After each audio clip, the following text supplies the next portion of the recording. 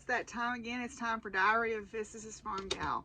My name is Deborah, and I'm coming to you from here on my family farm in the foothills of the Arkansas Ozarks, where I like to do all the crafts. I knit, I crochet, I sew, I quilt, I make baskets, I make jewelry, I do needlework, I make clothes. I'll try any craft once and twice if I like it. I am also a professor at a local university where I teach courses to physics majors. I teach support courses to our pre-med, pre-PT majors, general education courses. I'm also a docent at our planetarium, and I'm very involved in women in STEM and diversity, inclusion, and belonging activities on campus. And last but not least, I am a farmer. I'm a third generation farmer here on this land where my family has lived for over a century, where I raise grass-fed beef cattle, I raise horses, I have a flock of heritage poultry, I have show quality rabbits, and I have a retirement herd of miniature horses, miniature donkeys, a miniature mule named Pumpkin who thinks she rules the roost, Reese's Pieces, my chocolate turkey boyfriend, and Princess Penny, the pot-bellied pig, the protector of the poultry. And as you can tell from in the background with Fizzy being silly and Willie here, I am fur kid mom to several dogs and cats, including some outside barn cats. So if any or all of that sounds interesting to you, I hope you'll come on along on this episode of Diary of a Physicist Farmgal. What you think, Willie? You want your cushion back, don't you?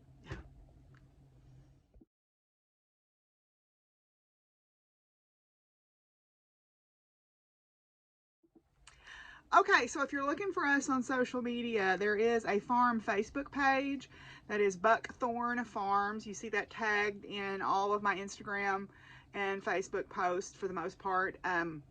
There is also a Facebook group, Diary of a Physicist Farmgal Facebook group, where you can join and post pictures and everything. You just have to answer my questions at the beginning to be able to join.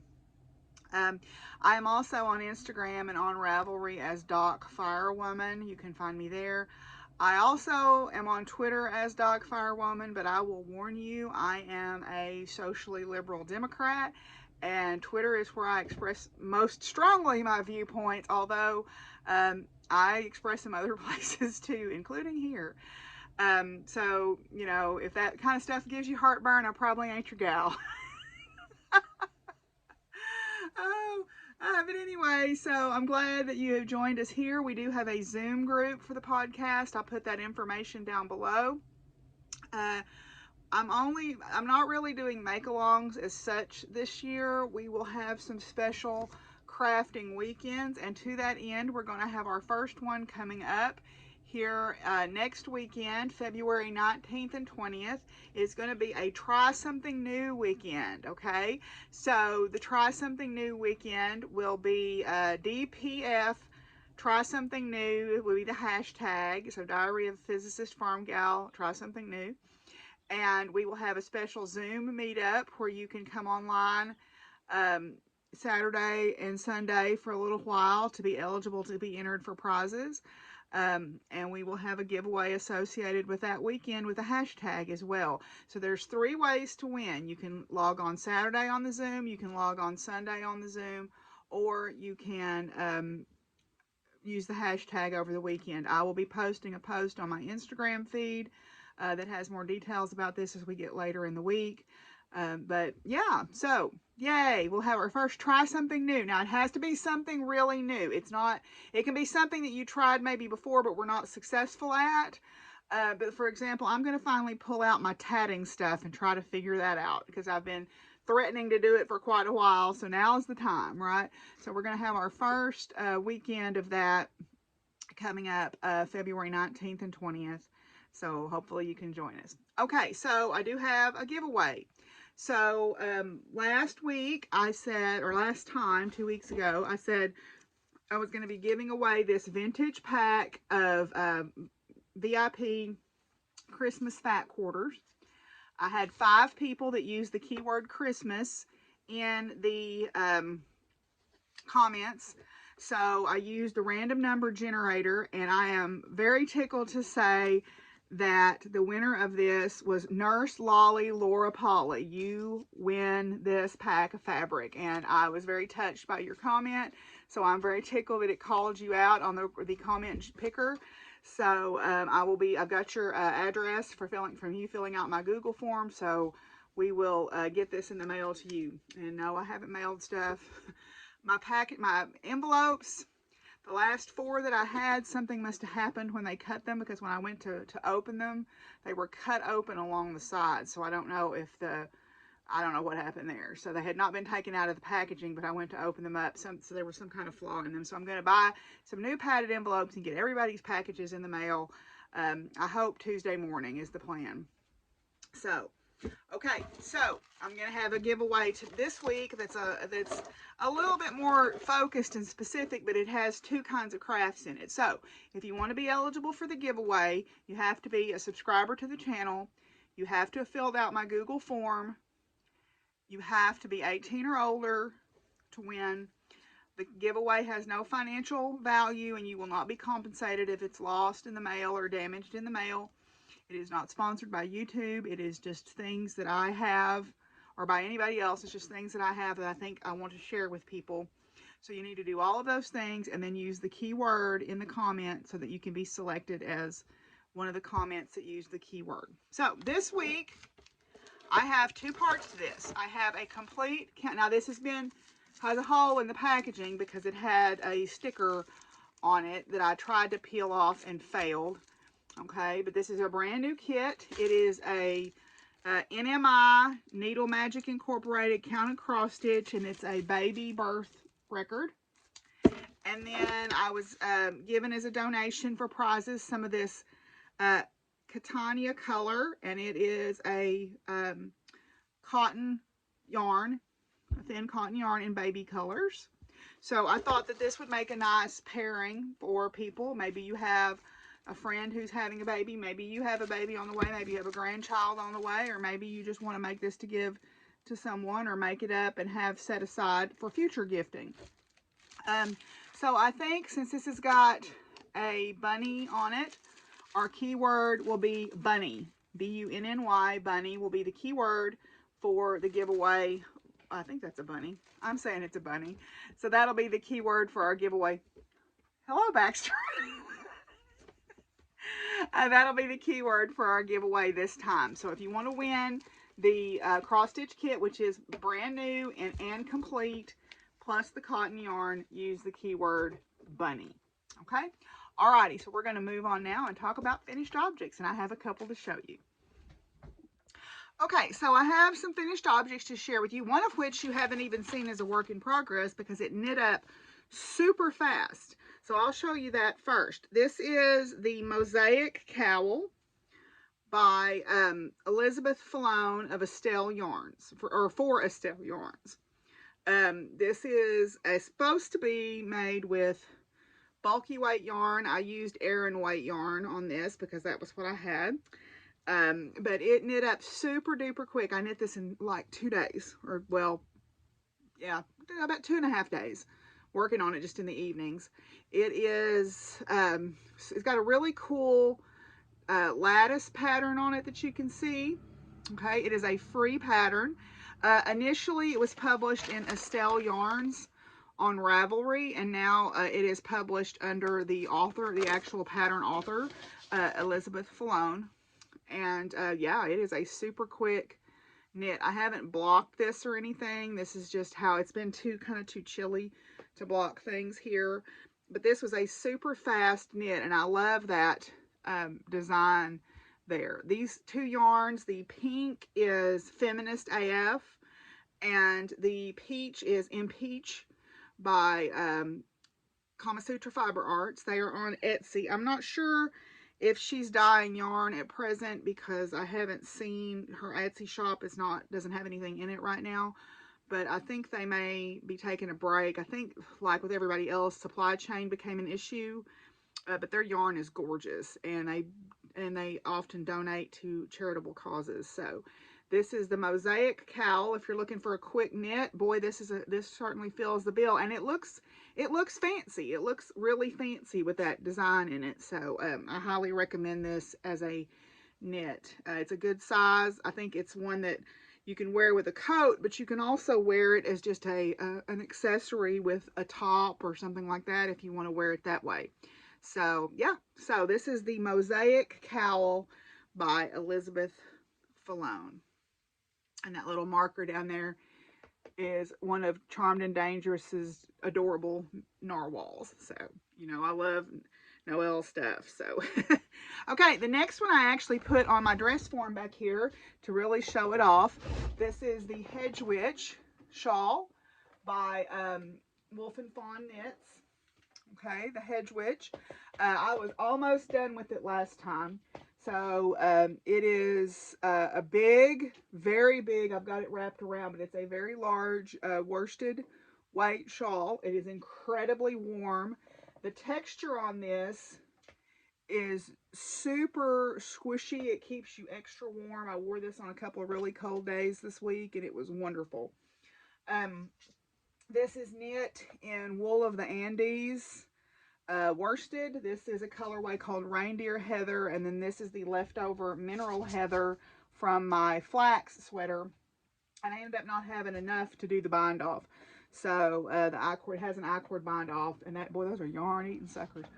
But anyway, so it's a really nice large shawl here. So I don't think I can show you the whole wingspan of it here very easily, but yeah, so there it is. It's beautiful. I haven't blocked this either. I just finished knitting it and just started wearing it right away. But it's a beautiful shawl, and it was an easy knit. It does get big and heavy. I actually kind of got worried. It was so heavy on my needles. I kind of got worried about my needle connections. But yeah, so there's that beautiful texture that I was talking about. So anyway, Wolf and Fawn Knits, the Hedge Witch. I've been wanting to make that for a long time, so now it is done. And that was hanging over another one of my finished objects. Busy's found a piece of plastic to play with. What are you doing? Stop that. Come here. What are you doing? Pickle? She was being perfectly quiet until I started this. So I finished this dress. This is the Adelica. Forgot to look up the model number, but I've made it before. Y'all have seen it before. Adelica dress. It is long sleeved. It has a half, the front placket, and then the bottom half is just solid. It has a mid-length sleeve on it. These come down to about my elbows. And Fizzy, give me that. Come here. She's rotten. Anyway, so it's a very straightforward sew. I actually just sewed this up with the buttons again. I used vintage buttons on it.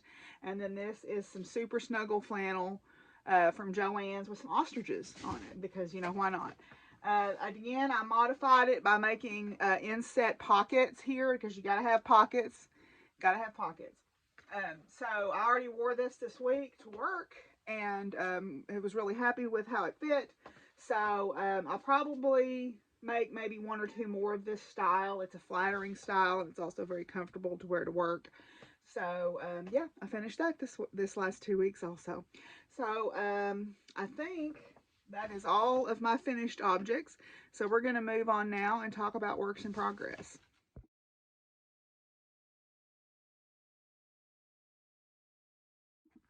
Okay, I have several works in progress to show you this week of all different types of craft. So we will start with a sewing work in progress.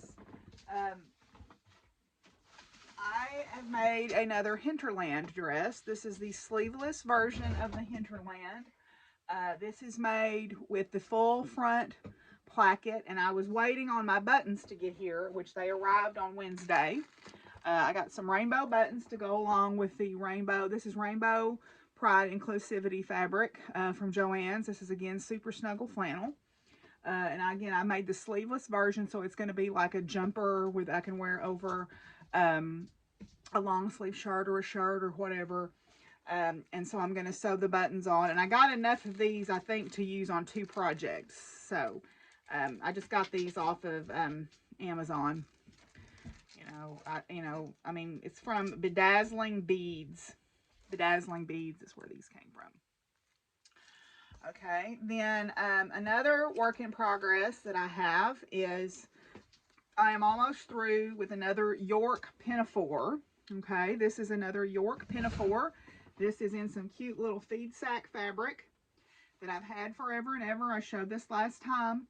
I am up to getting ready to tack the lining to the bodice, or tack the lining to the outer shell, and then I'm going to use this bias tape to go around the edges of the neckline and the armholes.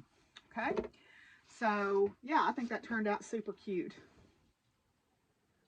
So, and I've got some great ideas coming up for some other things, mixing and matching some older stash fabrics as well.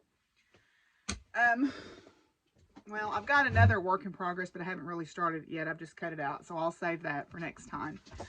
So, Fizzy's having a jubilee. Okay, so in my Kim Marie Knit Knacks bag, I have my work project. This is the Just Breathe shawlette by CJ Brady. It is a crocheted shawlette, and y'all know that I enjoy CJ Brady's patterns because they're great. She has a lot of great one skein wonder type patterns where if you have a beautiful skein of yarn and you don't really know what to do with it, like maybe you don't want to make socks out of it, this is a great alternative. These don't take very long. They're usually very straightforward. This is some, oh, where's the ball band? Oh, here it is. This is some EY Select Bella Mono, and it's silk and modal. Yeah, silk, polyamide, and modal. And it was gifted to me. I think Jessica gave this to me. I can't remember. But it's this beautiful hot pink color, so it seems fitting to be using that for her make-along for the month of February, which the color focus is pink. I'm not quite halfway on this. I just work on this before class usually. But when you get 17 of these points, you're halfway, basically. And I usually make mine just a little bit bigger because I like mine to be longer, but this is where I'm at on it. So it just keeps growing. You just keep working back and forth this way, and it just keeps growing until you get it as long as you want it, basically, and then you start the decreases. So it's very easy to make it bigger if you want to. Yeah. So that's my before class project, and really I only work on that, like I said, before class, or if I have a meeting where I need something to keep my hands busy. Yeah. So another meeting project is in this bag, and I think Junie Magic Junie Sews made this for me. I can't remember. I think so. This is another before class project. This is the Coral Dreams doily by Christine's Crochet, and I don't really have a good full picture of it. You can kind of see it a little bit there. Okay. This is, let me double check. I believe it's free. You can purchase it, or you can get it free off of their website. So I am crocheting this in this leftover BFL madder dyed yarn from Maria from Ninja Chickens. And this is another meeting project when I'm having a meeting at home. So I started this week in our executive function reading group, so I'm that far on it. I'm on like round 6 I'm working on right now. So yeah, it's got 11 or 12 rounds on it. So I thought I would make this and maybe make a couple of these because I'm going to have plenty of yarn to maybe make a matched pair and like a little table rug.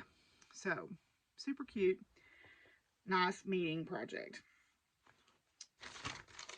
Using up leftovers, right? Using up what you got. That's my theme this year, is I'm trying to use what I've got as much as possible. Okay, now,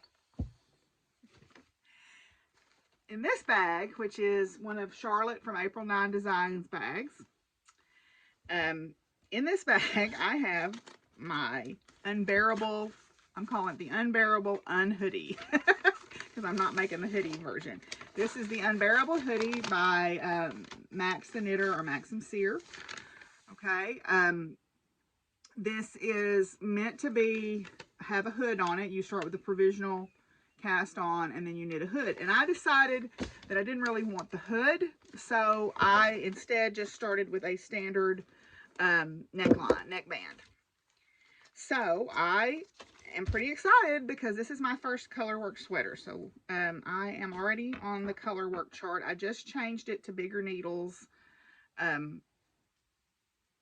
last time I knit on it, which was a couple of days ago now.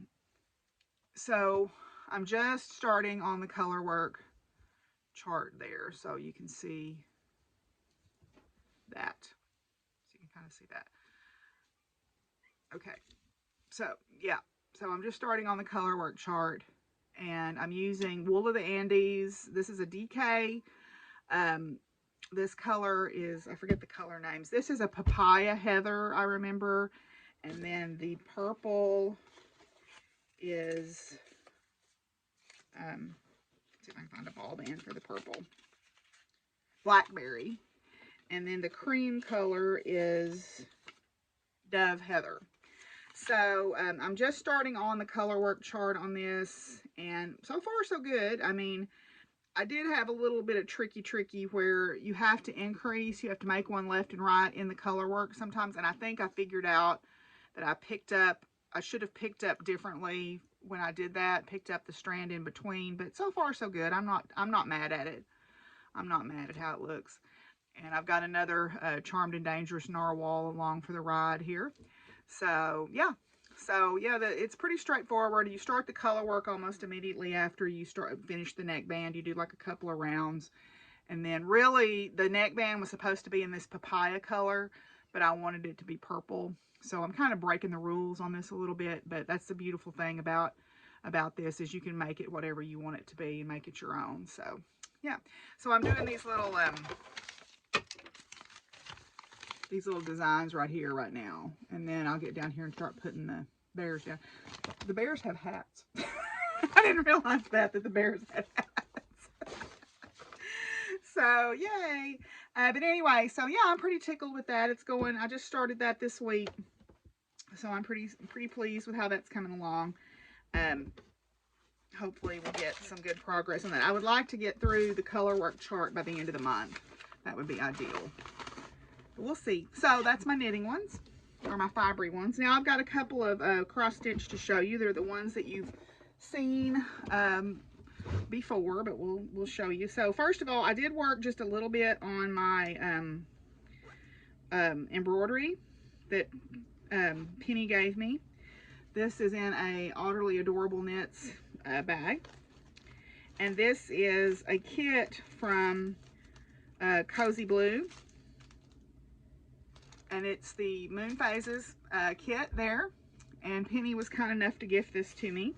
So I did work just a little bit on it this last couple of weeks. I did finish another moon, and I figured out that the reason my satin stitch always looked kind of sloppy is I never back stitched around it.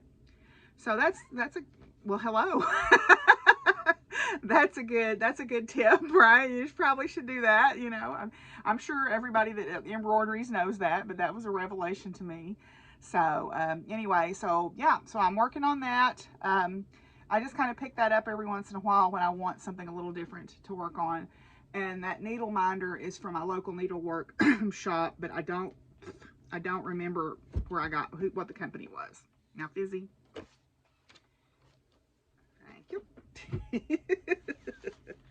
She's been wild lately. I don't know what's going on with her. But anyway, so yeah, so we've got that. Oh, I got my thread is caught in my zipper there. Okay. Then on Whip Go this month, it drew out Animal Almanac again. So I think I mentioned that last time. It drew out Animal Almanac again, and then it drew out my Farm Quaker. So my goal on Animal Almanac was to finish block 10, and my stretch goal was to get half of 11 done. So I did finish block 10, Molasses, okay? The last time y'all saw this, I had finished 8 and 9 and started 10. And I don't know if I'd started 10 yet the last time I showed it to you, but that was my goal for February was to finish block 10, and my stretch goal was to get half of 11 done. So you can see there that I'm working on 11. I'm trying to do color completing, at least inside the snow globe. I'm trying to do color completing, and I haven't worked on this a whole lot, but I'm pretty pleased with how it's coming along. And since it's only the 13th, I hopefully can get a little bit more work done on 11, because I would ideally like to have happen is the next time it gets drawn, because I have it on my whip go board 3 times. Excuse me. I'd like to finish it. So it would be really exciting. This is in one of Charlotte's cross-stitching bags from April 9 Designs. The other whip go draw out was my Farm Quaker, which I had really only worked on the Bendy Stitchy Quaker Zooms, and since those haven't been happening very much, I haven't been doing them, working on it. And I think I missed the last one. I think I totally missed out on the last one. But this is Farm Quaker by Jardin Privé, and my goal on this was to put in 10 days, and I'm on today will be day 6. When I work on it today will be day number 6. So I think when last you saw it, I had done the goose, but I had not done any of this stuff. So I put in this little thingamajigger here, the snowflake, the little baby gosling, the flower basket, and I've started on the barn. There's a barn there. So I realized that I've got this moved over one too far in, so I'm gonna just add an extra, it's like a third of the design, so I'm just gonna make it a little bit longer, and that's fine because I'm not taking that out. I didn't realize it until I was doing my flower basket, and I'm like, wait a minute, and I'm like, ooh, I'm not taking that out, so it'll be fine. So this is on 28 count 2/2. This is lamb's wool from 123 Stitch, and then the floss is Gentle Arts Buckeye Scarlet. And for whatever reason, I'm really having to condition this floss. I don't remember when I first started it being a problem, so I don't know if something has happened to it, or if I got I'm working off of a skein that's a little wonky. But I've been having trouble with this twisting and knotting up, and so I've been using beeswax on the floss to condition it. But anyway, so yeah, so when I put work on this today, that'll get me 6 days out of 10. So my goal was to put 10 days in on this. I'd like to be able to finish, you know, at least get most of this part of the chart done. I can't really show you because I don't have a picture, but there's still quite a bit of this design because I need to move my Q-snap. There's still quite a bit of this design left. There's obviously the barn. There's some flower things down here, and like a corn stalk right in here. I might be able to get it finished. The barn has got by far the most stitching on it because it's solid. So it takes up most of this area right here. So I'm going to try to work on that today. But yeah, so WhipGo has helped me just kind of focus on things that I want to work on, and also kind of letting go of the expectation of, oh, I've got to get this done. I've got to get this done for somebody. These self-imposed deadlines make me crazy, and they're all self-imposed because I'm doing this for me. So I've had to just kind of let go of that, and that way I don't get disappointed when I don't meet some arbitrary self-imposed deadline. So those are my works in progress. So now we're going to move on and talk a little bit about future crafting.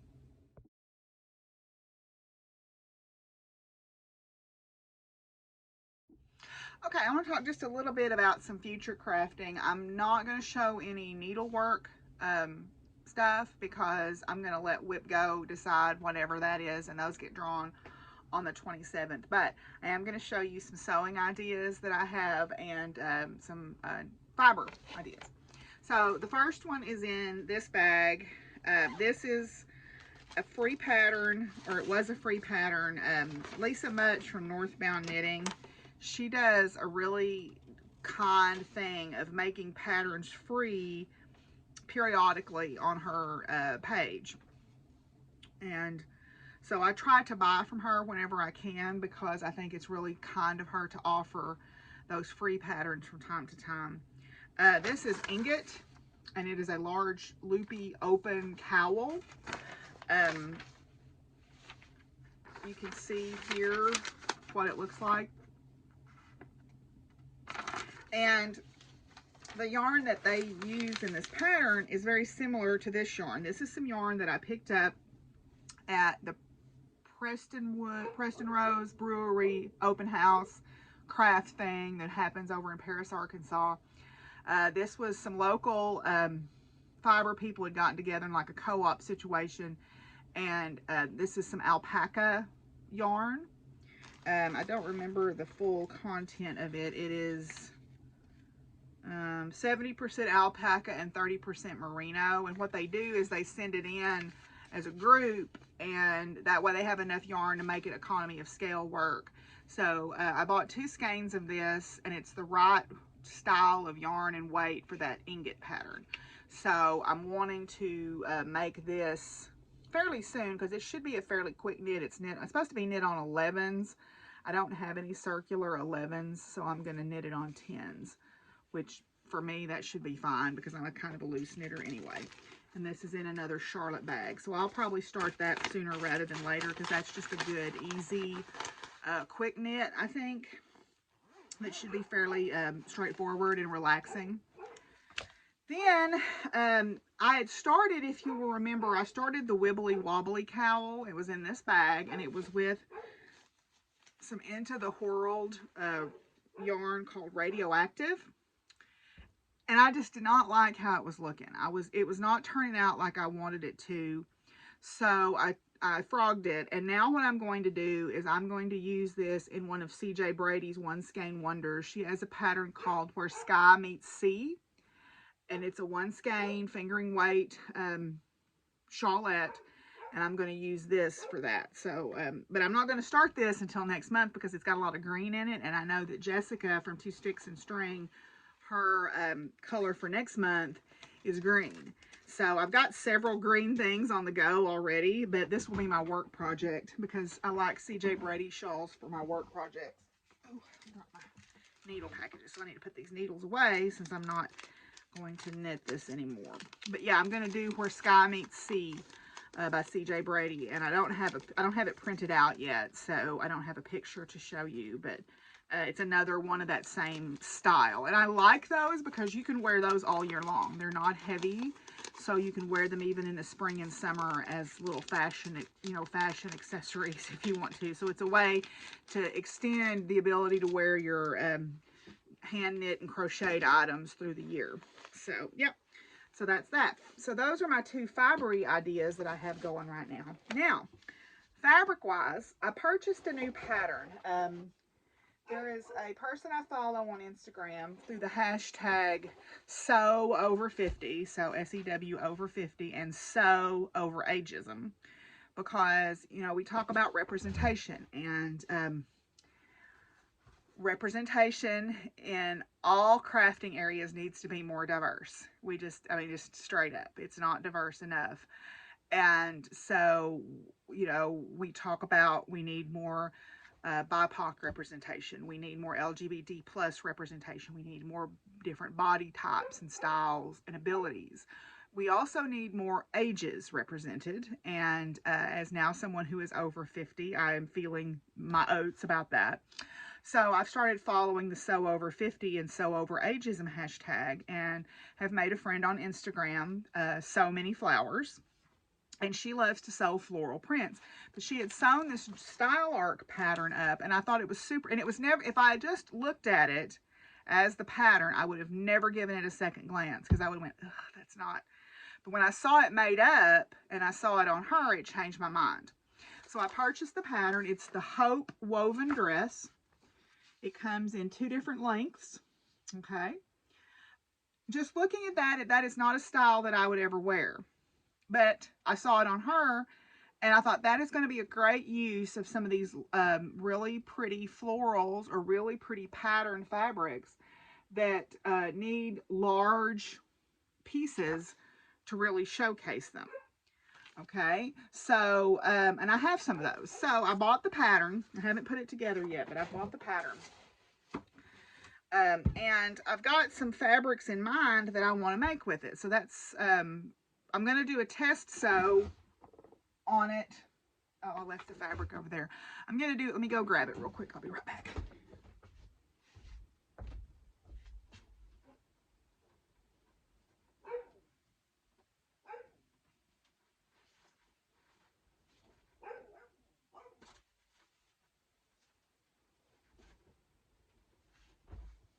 Okay, sorry about that. I'm going to do a test sew on it with this fabric.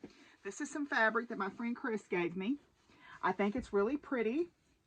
Again, it's not a fabric that I would normally pick out for myself, but since someone gave it to me, and the more I've looked at it, I went, yeah, I like that. It's a cotton, but it's a little heavier than the average cotton. So I'm going to make my test sew out of this. And then in my mom's fabric, I found this. And I think that dress will be super adorable in this fabric. So this is also a cotton. It's a little bit heavier and it's a little drapier, so it'll give a different look. And that's the thing that I like, is you can sew the same pattern, but in different types of fabric and get totally different garments, which I love that. So that's going to be my test sew. And then eventually I'm probably going to make this out of it. This is all different kinds of birds. So I don't know. Too bad February is just for cross stitch, because this would definitely qualify because it's got tons of birds on it. Yeah, so hopefully I've got enough of these fabrics. The pattern calls for wider fabric, and so because I think it's a European company. And then I may sew this little stinker fabric up in that also. I haven't decided yet, because I've been trying to find something that would really showcase this print. But then I've got a chocolate chip skirt cut out right now with some bugs fabric, some bugs with in like jars and stuff, and they're, you know, little cartoony bugs. But I bought this panel and I didn't know what I was going to do with it. But when you see it, it's 100% me.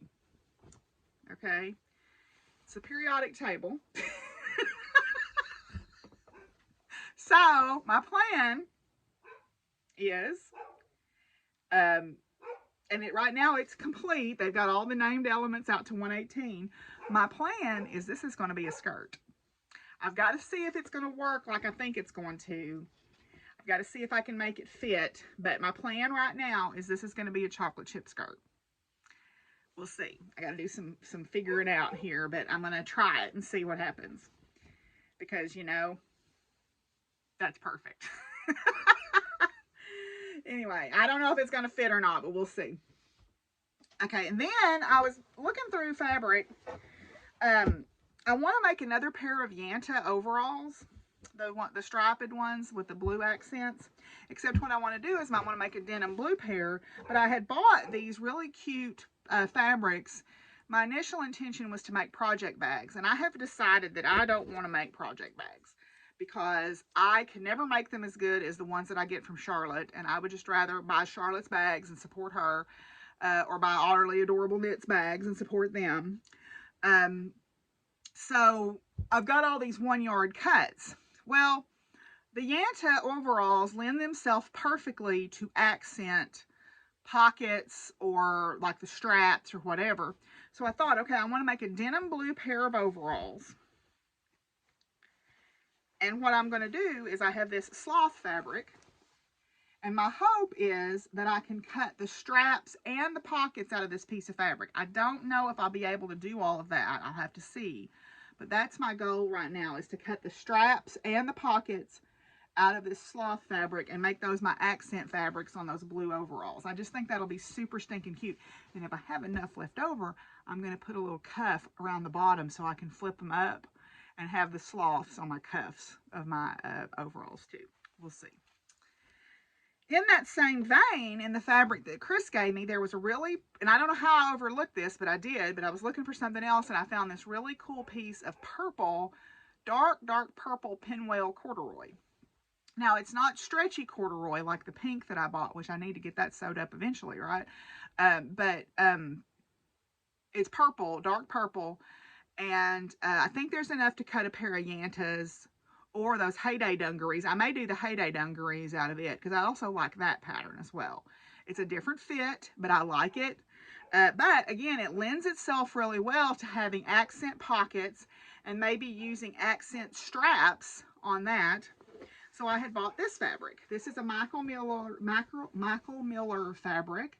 This is a twill, and it's got all these really pretty undersea things on it. So I think that this would make a great accent fabric. Trust me, I tried to cut a skirt out of this. I couldn't finagle it around to make it work. But I'm going to use it. I'm going to try to make it work for accent pockets and everything like that. So this scale of this print may be a little bit too big for what I want to do, but we're going to try it and see. We'll see what happens. Okay, then as I was also looking, I don't know how I missed this piece of fabric, but this piece of fabric needs to be a dress of some kind that is going to make use of this gorgeous big scale print, because I don't know how I missed this, because I squealed when I found it. I was online with my friend Nancy, and I literally squealed when I saw this. Y'all, it's Zodiacs. It's a Zodiac. Look at that. Y'all look at that. How did I miss that? Is that not amazing? That needs to be like like a skirt on a long dress or something. I don't know what I'm going to do with this yet, but it's going to be something that really showcases that large scale print. I'm trying to figure out what I could make with it that would really take advantage of that large scale print. This, the hinterland would be a good choice maybe, or that Adelica dress would be a good choice, and make it longer to really maximize the print. Oh my gosh, look at that. And then make the bodice in like some contrasting fabric. So maybe cut the sleeves and the skirt out of this, and then make the bodice contrasting. It wouldn't be too hard to look at my fabric stash and find fabric that would coordinate with this. So yeah, those are some things that I'm thinking about, just to spice up things a little bit, right? You know, you can make the same dress a lot of different ways and it looks like a totally different garment. So anyway, so now we'll move on and talk just a little bit about acquisitions.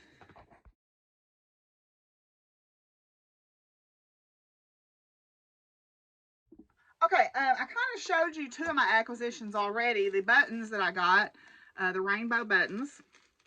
I've got a piece of fabric that's got rainbows and unicorns on it, and this packet has 30 buttons in it, I believe.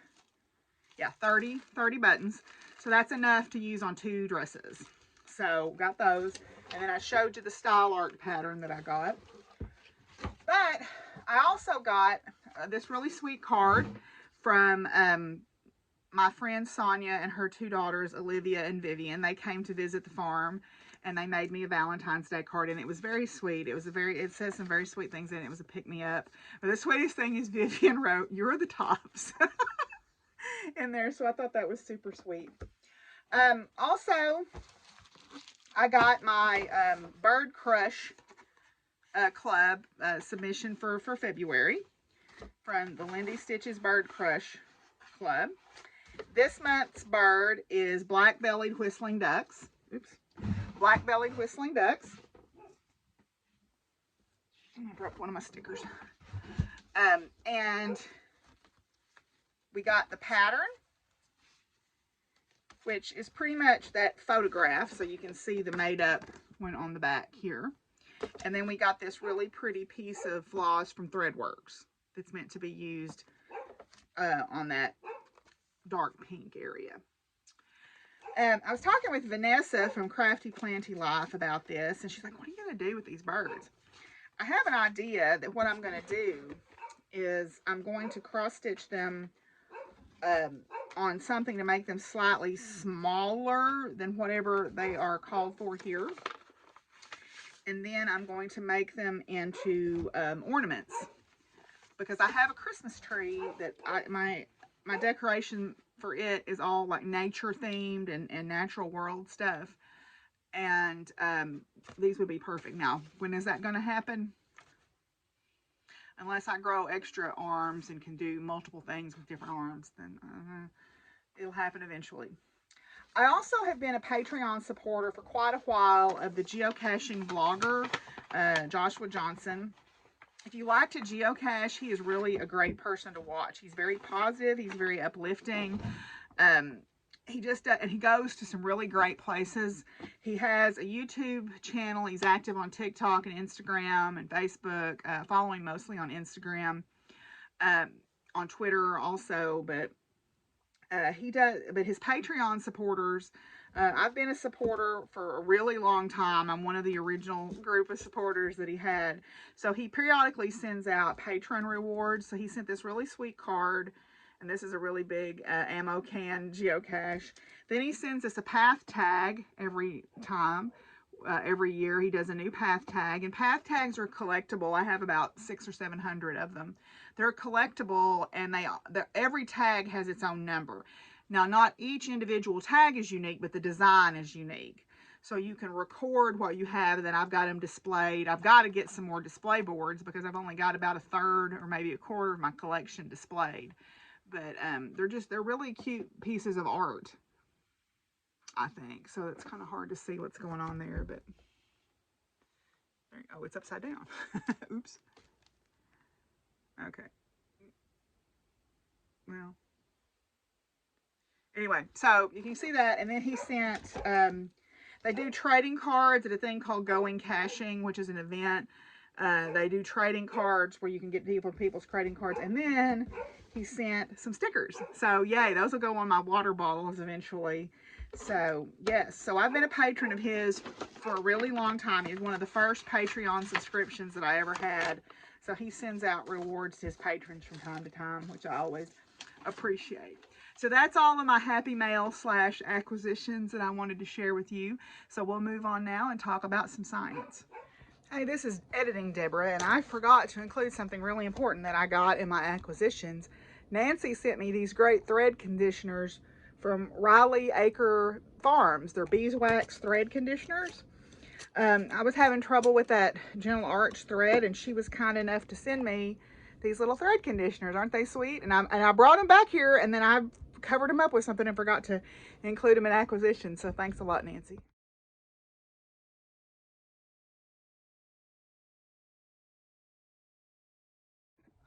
Okay, what's going on in the world of campus and science? Boy, it's already just ramping up to be a busy semester, even though we're just really getting rolling. I'm grading my first exam. I started on it this weekend. I'm involved in several of the CTE's book groups. We've got a mid-tenure review going on. We're working on some recruiting things to try to bolster the number of physics majors that we have. And of course, being a senior faculty, I get to be, very involved in all of these things. Plus, I'm teaching overload this semester. So, it's okay. I mean, I don't mind that I'm a little bit awash with things to do here, but it's still a lot. So I mentioned last time I am the leader of the co-facilitator. I'm not the leader. I'm the co-facilitator of the book group Not Light but Fire with Professor Adrian Gardner, and we had our first meeting this week, and I think that's going to be a great group. The beautiful thing about groups like that is they are usually self-sustaining. Once you start the conversation, you don't have to continue to prompt people to talk. It's going to be really important because, and I wasn't going to start out with this, but I guess that I will. A friend of mine posted this post, and I agree with it, even though it rankles me. It says, if we do not believe in freedom of speech for those we despise, we do not believe in it at all. And I don't like to hear some of the racist rhetoric and the the homophobic rhetoric and the transphobic rhetoric. They're free to say whatever they want to say. I don't have to listen to it, and I don't have to believe that it's true. They get to say what they want to say. But that also is the other way around, and people really seem to only like freedom of speech from the ideas that they believe in. And there is a thing going on right now where, people are trying to get books banned from libraries. You've seen the conversations about the banning of the book Mouse. there is a group that's very active in the city where I work, and they are people that are involved in the school boards and in the Board of Educations and their state legislatures that are trying to get other books banned. And their philosophy is, well, if we'll just stop talking about racism, it'll go away.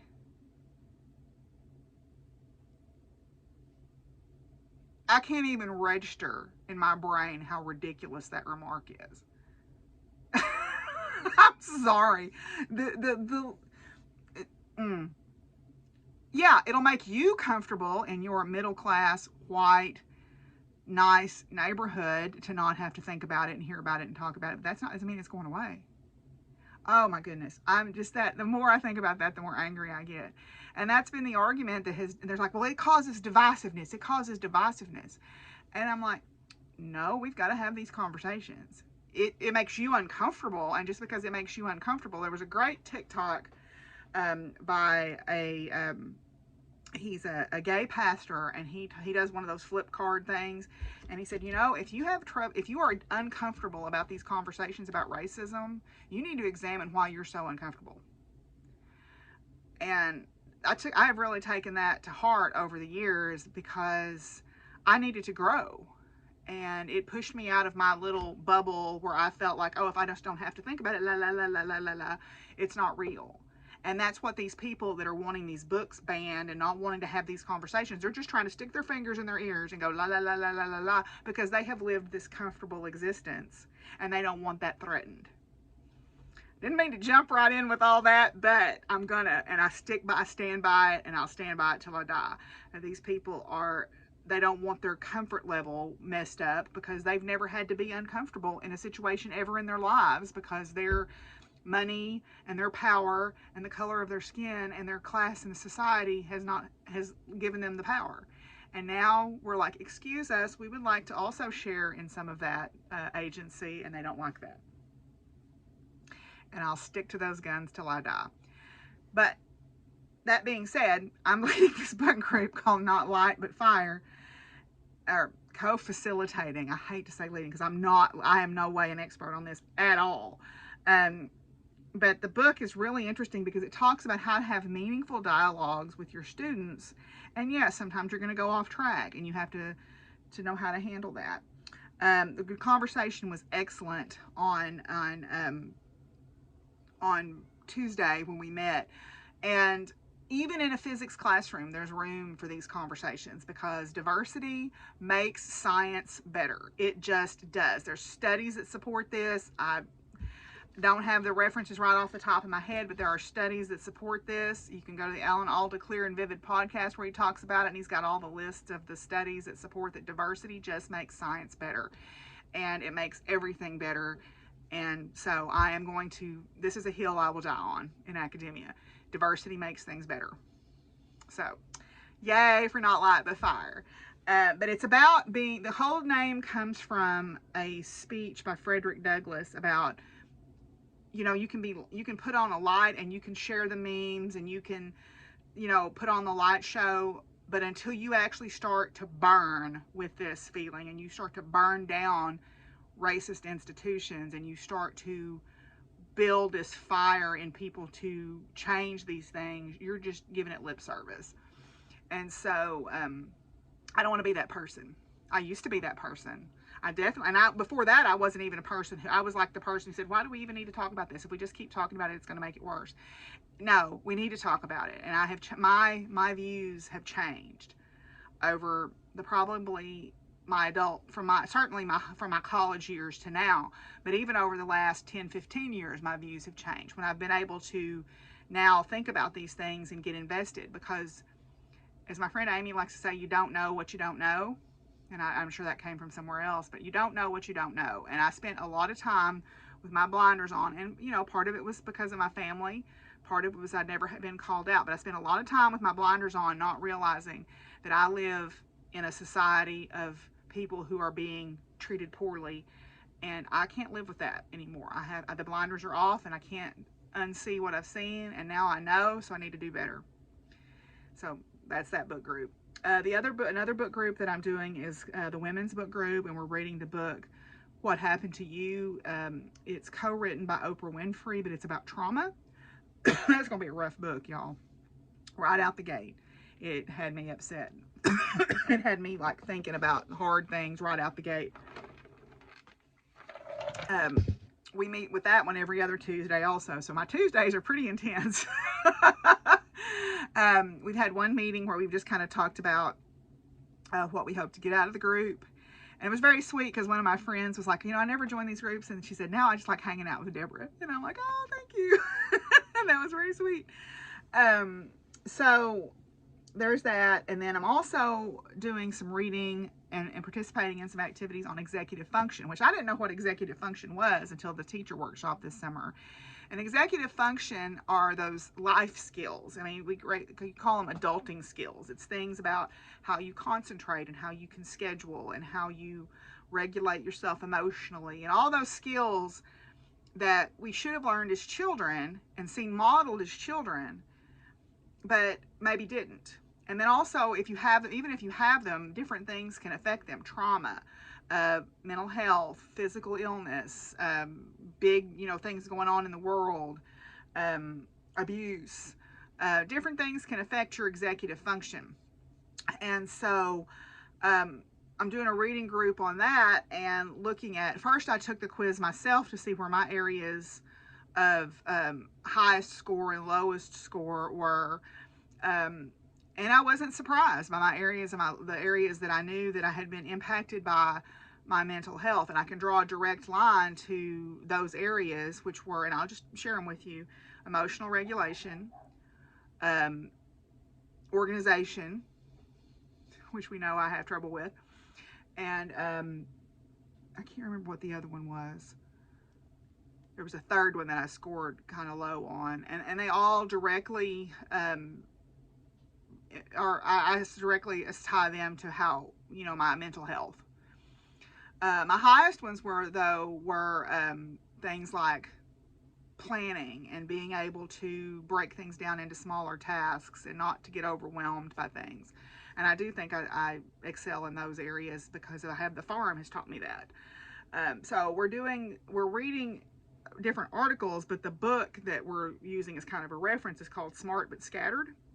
And that is a book where, when I see my students struggling with things like the ability to concentrate, the other one is the ability to concentrate is where I have trouble sometimes. You can have learned these things as a child and then having trouble with them later on in life, or maybe you never learned them, and there's places where you see young children who grow up in situations of neglect, or they grow up in an unstable home environment, or they have physical illnesses or something that they don't get these things modeled early on. Then you have to find workarounds for them. Or they may have, they may be neurodiverse, and they have to figure out different ways to develop these executive function skills.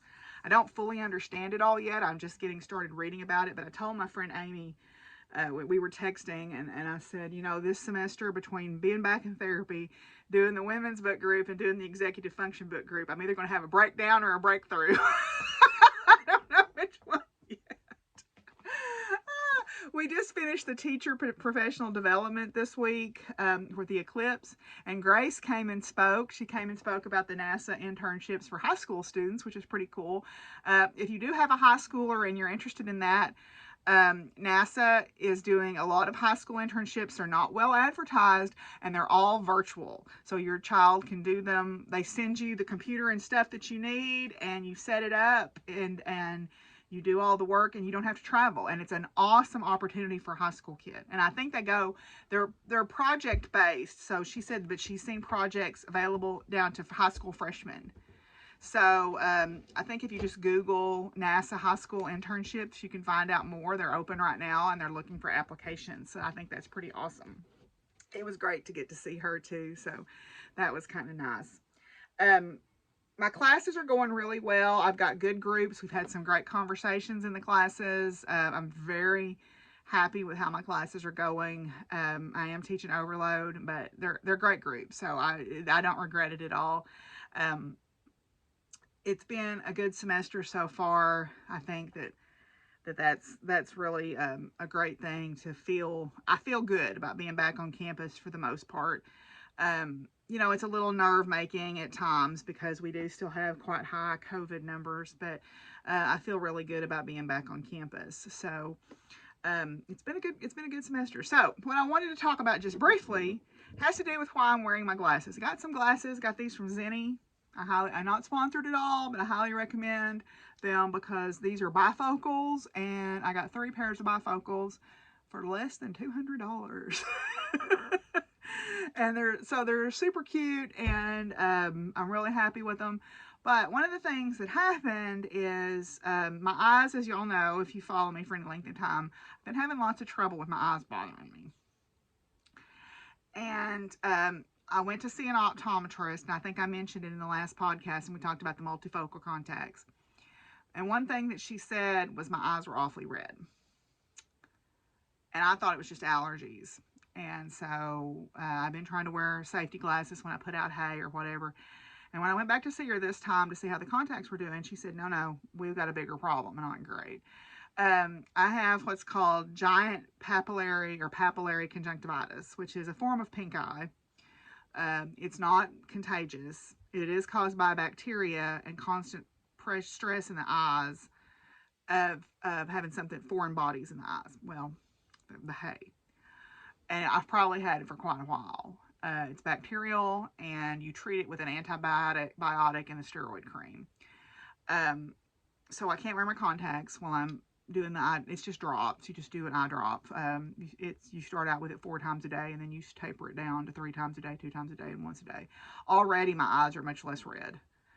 I guess I just gotten so used to them being like that, I hadn't really thought about it. And that's the downside, I think, of women, especially with their health, is they just put off and make accommodation for issues that we shouldn't. We should go get checked out. And I know better. I know better than that. I would never put off having a lump in my breast checked out, or having issues with my, having gynecological issues checked out or whatever. But for some reason, I just tolerated my eyes bothering me all the time. And it's very simple. And I had just mentioned it was a very simple fix. Now, part of that is me failing to advocate for myself. When I would go into my eye doctor, I was going to see an ophthalmologist because I'm a glaucoma suspect with a strangely shaped optic nerve. But they didn't ever pay any attention to any other eye issues. I had never had a thorough eye exam like I had from Dr. Mitchell in probably, I don't think ever. So I was really grateful that she did all of that for me, and we got the drops situated. So I have to wear my glasses until I finish doing the drops. So I have to wear them for another week, which I don't mind because I've got 3 really cute pairs, and I've got some more really cute pairs on the way. So I don't mind having to wear my glasses now that I have the correct prescription and I have bifocals so that I can craft when I wear them. So yeah, but conjunctivitis, there's different forms of it. There's allergic conjunctivitis, there's giant papillary conjunctivitis. Those are the non-contagious forms of it. And then what you're more familiar with are the infectious forms, like bacterial conjunctivitis or viral conjunctivitis. And these are like what we think of as pink eye. So conjunctivitis is just sort of a broad name for your eyes being irritated. You can also get chemical conjunctivitis, like the redness in your eyes from like chemicals in the pool or whatever. But mostly we think about it as pink eye, and pink eye is contagious, but what I have apparently is not. So yeah. So anyway, conjunctivitis or pink eye causes inflammation or swelling of the conjunctiva, which is the thin, transparent layer over what you would call the white or the sclera on the eye. So I did have that, but my eyes already are much more clear just from using those drops since Friday. So this is the 3rd day I've used them. They're much more clear. They don't feel like they've got sand or grit in them anymore. So, but I just kind of tolerated it. But one thing that she did say to me is don't wear your contacts more than 2 days. And that's something that you know, I should have asked and I should have known better, but there's, oh, you can wear these for 2 weeks and then throw them away. So I literally was like, okay, I'm wearing them for 2 weeks and then I'm throwing them away. That's not true. You don't wear them for 2 weeks, but nobody ever bothers to tell you that. And because I didn't advocate for myself, I just put up with it. So I do like the multifocal contacts, though. I've got a new pair to try out as soon as I get to where I can put them in that are the correct prescription for me. So I'm looking forward to trying those out. But anyway, so that's what's going on campus. So we'll move on now and talk about farm life.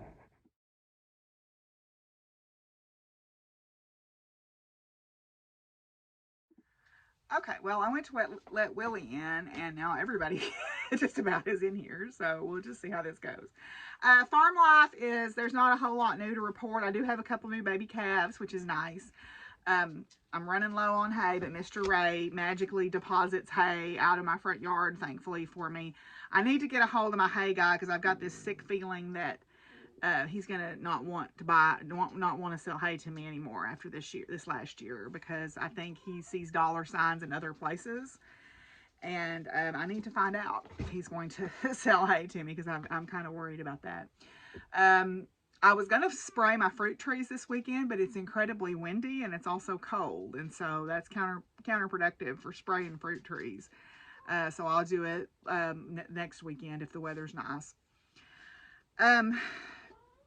I need to start getting my seeds together. I was talking with Nancy the other night. It's getting close to time to start seeds. I've got a nice little portable greenhouse that I can set up and put my seed sorting trays in there. So I need to get my seeds out and figure out when I need to start and get the little seed pots ready and everything. I've been saving my Sonic cups for when I have to pot them up. So I've got a huge stack of them in there. But yeah, everything seems to be going pretty good here on the farm. I don't know when I'm going to take my horses back to ride. I miss riding a little bit, but also too, I'm just liking having them at home. I did worm everybody the other day really good, because it's the time of year when I like to give them a real thorough parasite treatment just in case. I do have a couple of calves I need to treat again. I was noticing the two that I treated are doing better, but then I've got another one that's starting to look a little puny, so I need to get some more feed through wormer. I think I'll probably do that on Tuesday, and do the thing that I did before where I put feed out and then I put more feed out, and the big mean cows all go where the new feed is because they think somehow it's going to be better, and the little ones that I need to treat stay behind, so I shut them up, and then I've got a feed through wormer that I put on the feed, so that works pretty well. So I just need to get the stuff to do that with this next week. Yeah, I mean, that's kind of what's going on around here, just hanging on, you know, waiting on, the days have been slightly warmer, except for this weekend. We've had some 70-degree days, so you can definitely tell spring is on the way. I'm just really hoping we don't get hit with a big storm at the end of February like we did last year, because that could be terrible. I hope not. I hope that we've seen the worst of our weather for this year and it's behind us. But, yeah, I don't have a lot to say about farm life other than that, so... you got anything to say, Willie? No, he just wants to go to sleep. He likes to sleep under his blankie, and he'd come in and say hello to y'all, and then he'd go back to bed. But anyway, so yeah, I don't really have anything new to report. Everything's just kind of status quo, so we're going to move on and talk about a few final thoughts. Okay, so I was looking for something to read today because, you know, tomorrow's Valentine's Day, and I'm not a fan of Valentine's Day very specifically. You know, and we've talked about why in the past. And oh, hi, Wally. And so one of the things that I wanted to find was something to read about, you know, self-love and maybe a little bit slightly different tack on the traditional romantic meaning of Valentine's Day. I mean, I'm not opposed to love. I think love is wonderful, and I would like to have some for myself, please. But what I've learned is I don't know how to accept it and how to receive it, so that's something that I'm working on. But I found a piece by Alice Walker, and I thought that I would share that with you. it says, I'm an expression of the divine, just like the peach is, just like a fish is.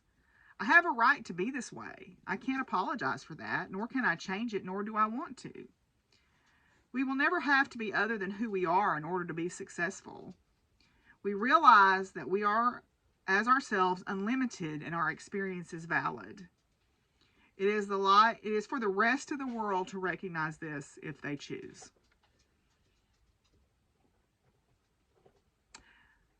Yes. I think not fitting in the expected mold is definitely something that I have embraced, or re-embraced, I should say. And I'm glad. And it makes a difference. You make a difference when you allow yourself to live out loud. I have students approach me. I've had other women approach me on campus saying, I'm so glad to see you. You're like a breath of, your clothes are like a breath of fresh air. I was wearing my boots that say teach peace on them, and I was walking across a crosswalk, and a lady in a car rolled down her window and stopped and said, I love your boots. We make a difference as we carry ourselves through the world, and how we carry ourselves through the world, so we can be a light, a lamppost, a ladder, or we can be an impediment, right? So I'd rather be a light or a ladder or a lamppost. I'd rather be fire, right? Be the fire. So I think we have to embrace that. We have to own it. Nobody's going to give us that agency. We have to take it. Nobody's going to magically bestow upon us the agency to live out loud. And so we just have to decide we're going to do it. And I will say, for one thing, the pandemic has done that for me. It has taught me that I'm going to stop living in a small shell, and I'm going to live out loud, because the only person I was hurting by holding myself back was me. So I hope that you are all doing well. Willie, you want to come up here and say goodbye? No. Oh, goodness, I woke him up. So I hope that you're all doing well. I hope that you're taking care of yourself. You know, and you're keeping safe and wearing your masks and getting vaccinated and getting enough sleep and drinking enough water. So until I see y'all again, y'all be good to each other and take care of each other. And what, Willie? Peace out, y'all. Bye. Oh, cat disagreement. Bye, y'all.